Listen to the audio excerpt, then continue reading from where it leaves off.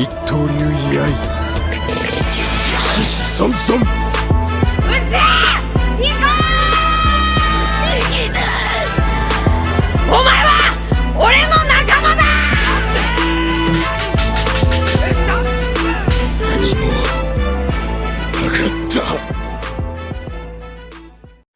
Hey guys, welcome back to another video. So today I've got a very interesting matchup, and it's definitely unlike some of the other matchups I've done before. So this isn't really power scaling, and if you know, I've done a couple of these before that are power scaling. Shout out to a video I made ages ago, which was Arlong versus Kaido, and naturally Arlong wins that one easy. But anyway, so this video today isn't about fighting strength. Who's the stronger puncher, who can win in a fight, a brawl, etc. It's not that. Today's a unique one. Although you could argue for one of these characters, well actually somewhat both of them, being strong in board games could mean life or death. And so today we have Komugi versus Sora. Now if you don't know these characters, Komugi is from Hunter x Hunter, and Komugi debuts in the Chimera Ant arc. He was best known for pretty much being the only champion in the area that the king and his royal guards were dominating that could actually beat Meruem in a board game. As stupidly strong as Meruem is, he's also ridiculously intelligent. He's a very, very smart character, despite being, only a few months old. So he's a flat-out genius. Yet he could not beat this random blind girl in her mid-20s, based on research that's not conclusive. Yet he could beat every single other champion. That's Komugi. But Komugi has pretty much devoted her life to Gungi, which is the game they played, which is, fun fact, actually a made-up game by Togashi, the author of Hunter x Hunter. And she really specializes in that. And it's pretty much useless at everything else, as she says. Like, just in terms of general living. She's very clumsy, stupid, goofy, etc. On the other end, we have Sora, who is from No Game, No Life. RIP Season 2, dude. And No Game, No Life is based on a light novel series. It's quite different to the anime. I think the anime adaptation is excellent. It actually doesn't have a manga. There was a brief manga, which is like a volume or two, which is also based on the light novel. I don't really recommend that either. I haven't read the light novel in full, because they actually stopped selling it in Australia for some... They were getting a bit too on the verge of incest,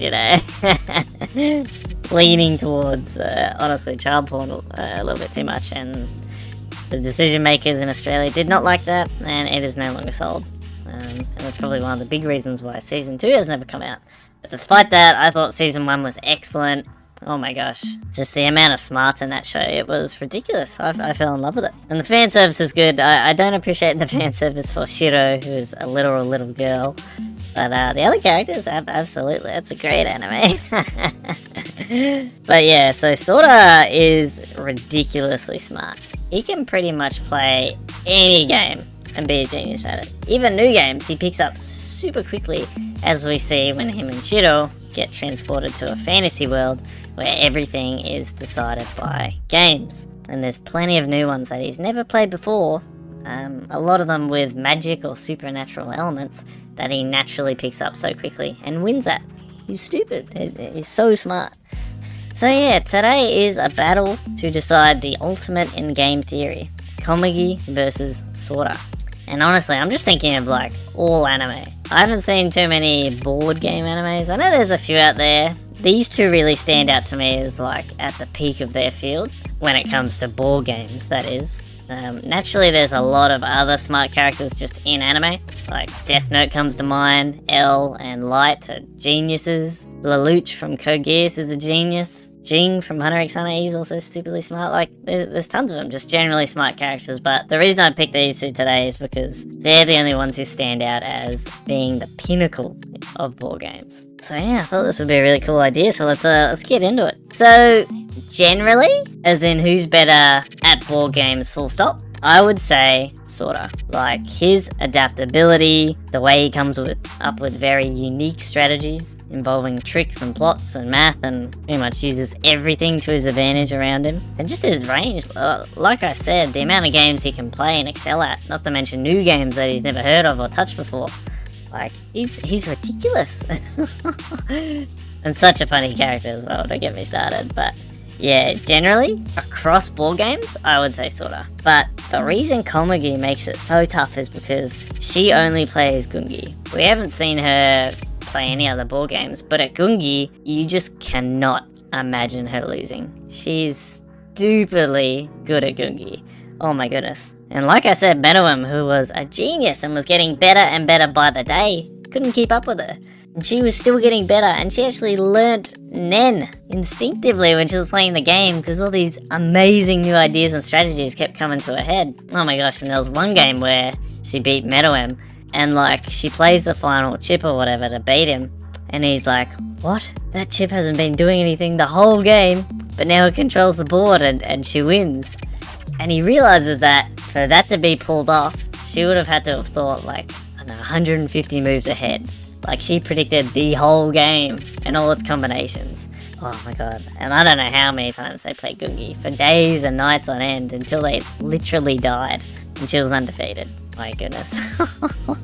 So when it comes to Gungi, I just can't imagine her losing, even if it's to Sora. And yes, Sora definitely has a lot of potential. Like, if you let him play the game over and over and over, he's going to get stupidly better. Probably even better than Meruem. But the thing with Komugi is that she hasn't plateaued. We don't know where her ceiling is, so she is just going to keep getting better and better as well. Now, the only loophole or like benefit of the doubt I'll give to Sora in Gungi is if this music starts playing. Oh my goodness, this music is amazing. Just listen to it, dude. Like, does it just motivate you to give a speech, to be the best at what you're doing, to start a new life? Oh my goodness. This song was one of the reasons why I fell in love with No Game No Life. Like, every time he turned around a big moment in a game, flipped the whole game on its head, or made a big speech, like, this music started playing, I was like, oh dude, you know shit's about to go down. So if they're playing Gungi, Sora and Komugi, and this music starts playing, dude, so honestly, in Gungi, I've got to pick Komugi. As ridiculously intelligent as Sora is, I think I've got to go with her. I just can't see her ever losing. Like, she's literally devoted her whole life to it. I remember that scene in Hunter x Hunter when Meruem, like, decides to put a wager on their game. He says, you know, if I lose, you can have any demand. But he says, if you lose, I take your left arm. And then he finds out that her whole life, she's had a rule that she's been living against whenever she plays Gungi, which is, if she loses a single game, she will take her own life. That's how serious and committed she is. Like, that resolve is ridiculous. Oh my gosh. And then he realizes that and he's like, man, clearly I was the one lacking in resolve. Oh my gosh. It's like, yeah, if she loses, she dies kind of thing. And I guess, you know, obviously Sora and Shido in the fantasy world, everything is decided by games. There's no violence and that sort of thing, and they bet the human peace on several occasions. So yeah, my answer for today, in conclusion, is it depends. It's not as black and white as you might think. So my answer is, generally, in 99% of board games, I pick Sora. But in Gungi, I pick Komugi, dude. She is the goat of Gungi for sure.